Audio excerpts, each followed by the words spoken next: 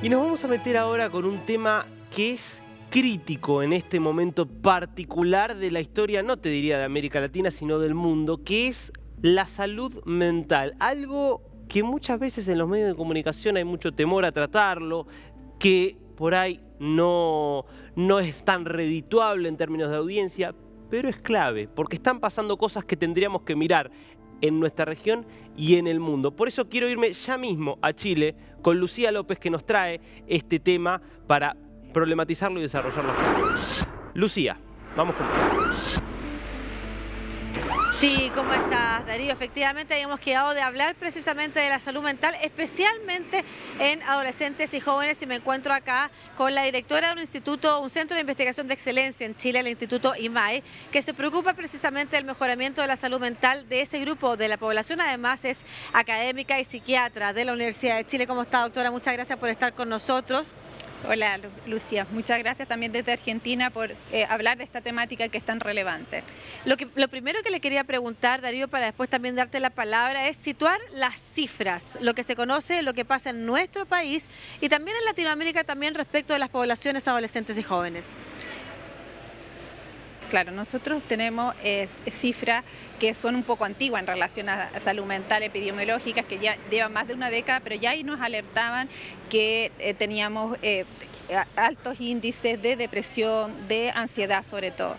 Y con la pandemia hemos hecho algunas investigaciones que no son de toda la población, pero por ejemplo de varias universidades, 5 universidades de Chile, y hemos encontrado cómo también 1 de cada 3 personas tiene síntomas de ansiedad y depresión clínicamente relevantes, lo cual nos alerta y nos preocupa. Esa es una cifra, perdón Darío, antes de seguir contigo, ¿eso es una cifra que es comparable con la de los otros países? ¿Es una cifra estándar o podríamos decir que Chile está, como se ha conocido históricamente, en un lugar más alto de la tabla?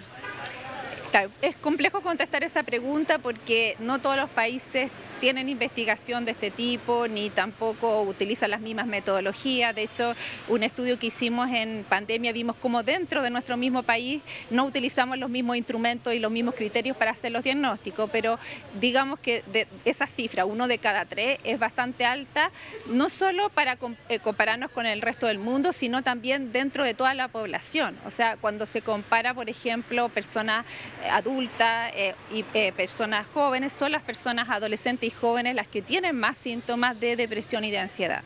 Darío, por favor. Doctora, ¿cómo le va?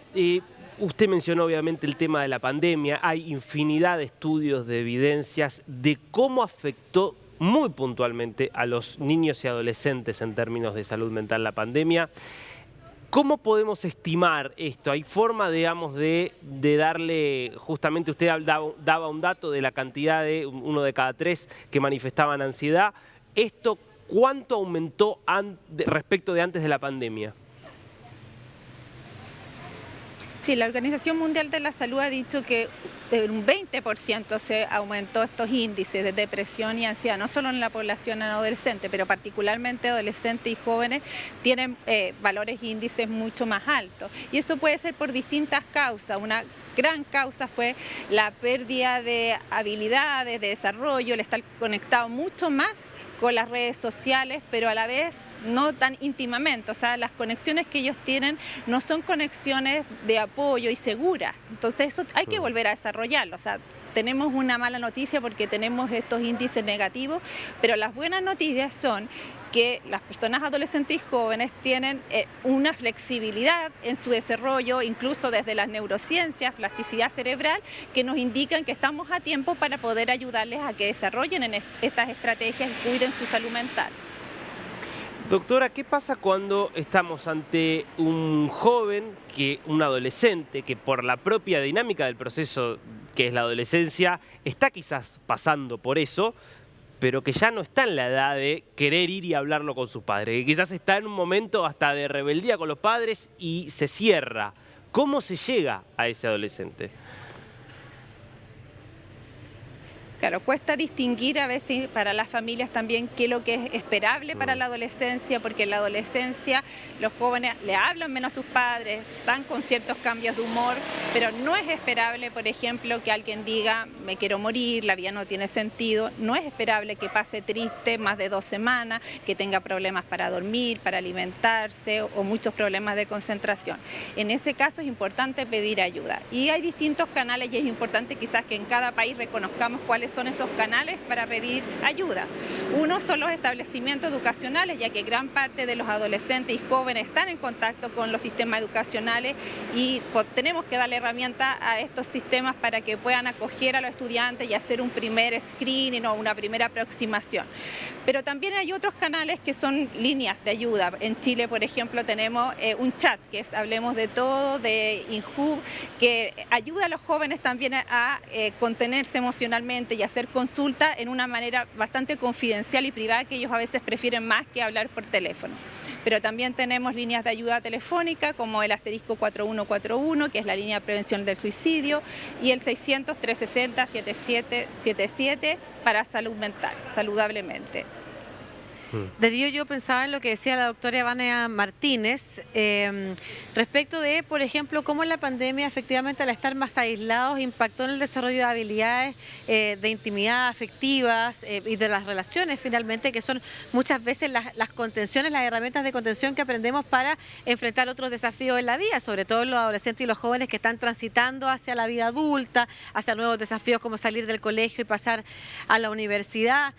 Usted nos hablaba de lo que hay que hacer cuando se detecta un joven que pasa triste más de 2 semanas, que pierde peso, que no quiere ir al colegio, en fin.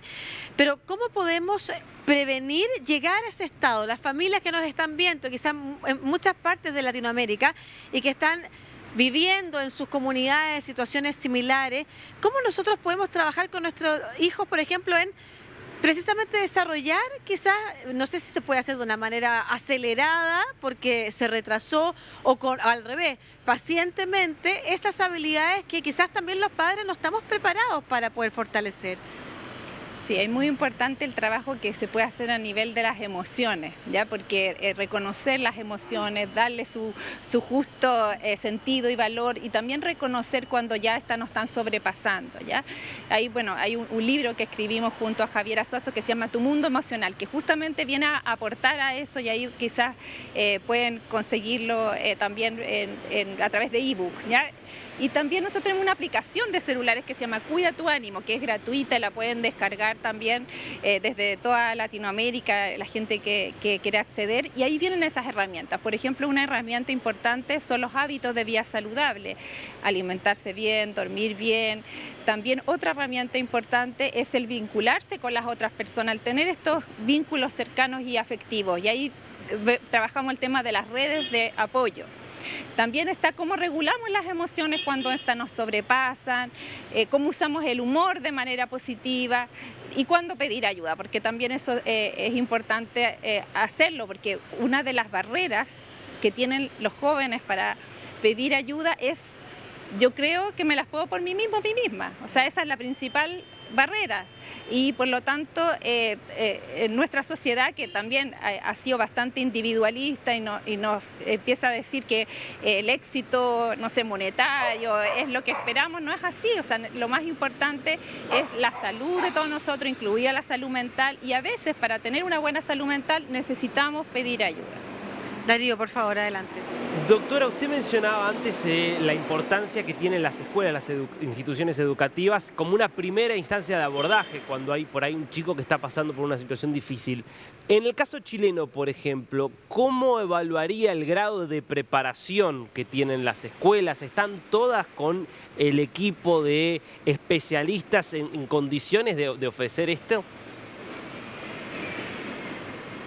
Se ha avanzado mucho, o sea, si lo comparamos desde que yo estudié en colegio hasta ahora, es la infinidad de cambios, en que hay mucha más preocupación por temáticas de salud mental, en que también hay incorporación de profesionales, psicólogos, orientadores en los colegios, pero todavía hay un espacio para mejorar más. Nosotros, por ejemplo, tenemos protocolos que son guías que podrían implementarse en las instituciones educativas, pero no todas las instituciones los tienen desarrollados ni todos están tan visibles. Así que tenemos que seguir avanzando. El colegio, la universidad o los centros de educación superior tienen un rol también, pero este es un rol complementario a la familia, a la sociedad en su conjunto también.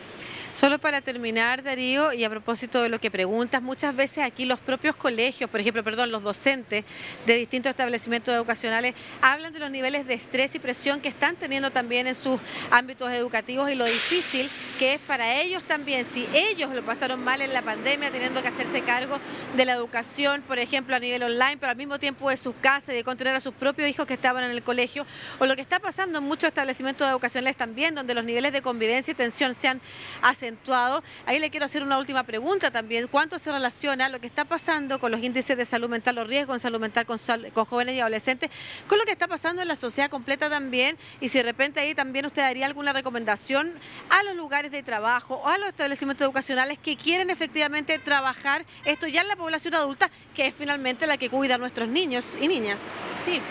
Yo creo que ahí, claro, justamente adolescentes y jóvenes nos están dando una señal importante que hay que preocuparse de la salud mental. Ya muchas veces cuando entran al campo laboral se les dan distintas opciones y están priorizando opciones que también cuiden su salud mental y eso creo que es muy positivo y una enseñanza para el mundo adulto. Y todos podemos ayudar a una mejor salud mental como sociedad. No es el rol solo de un ministerio, sino que, por ejemplo, imagínate, no solo el Ministerio de Salud, sino que también la naturaleza, lo importante es que tengamos contacto con naturaleza, con que el transporte sea adecuado, con que la economía sea importante. Entonces, todos tenemos nuestro rol.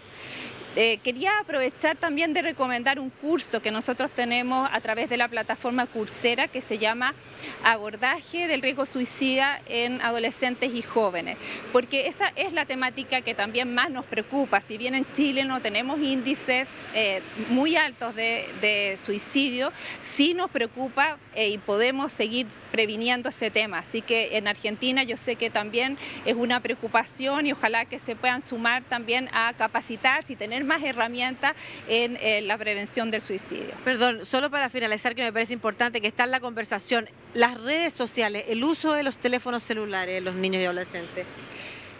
Sí, hay que considerar que las redes sociales no están recomendadas para adolescentes menores de 12, 13 años.